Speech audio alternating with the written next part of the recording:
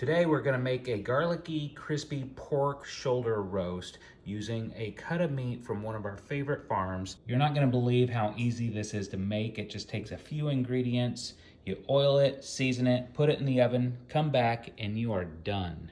The first thing you wanna do is go ahead and take it out of the package and pat it dry so we can oil and season it.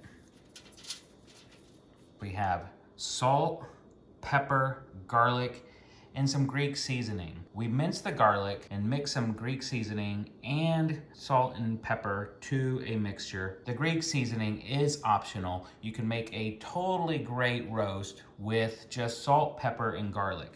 We used 5 cloves of garlic. If you don't want it that garlicky, you can cut it back down to 3. Next, you want to lightly coat your shoulder with oil. We're using avocado oil here.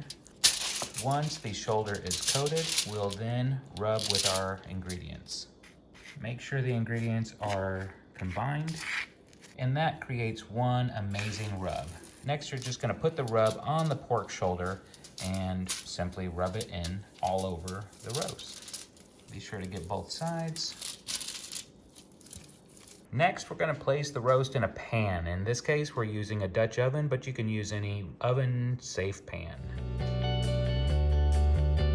We're gonna leave this uncovered so it can brown and crispy. We have the oven set for 400, and we're gonna go ahead and put that in there for 1 hour. So we oiled, seasoned, put in the oven. You can't get much simpler than that. One thing I wanna mention here is that although we're using a pork shoulder, you can use almost any sort of cut of meat. There are so many different parts of the pork you can just swap this out for. There's pork shoulder, there's pork loin, there's pork butt, there's pork side, there's pork belly. You can swap this out for almost any cut of pork. But not only that, you can also swap this out for almost any cut of beef. All right, folks, it has been an hour. We're gonna reduce the heat to 300. Since this roast is only about 2.5 pounds, we are gonna go ahead and cook this for another 2 hours. If it was up to like a 5-pound roast, I'd probably put it in for another 3 hours.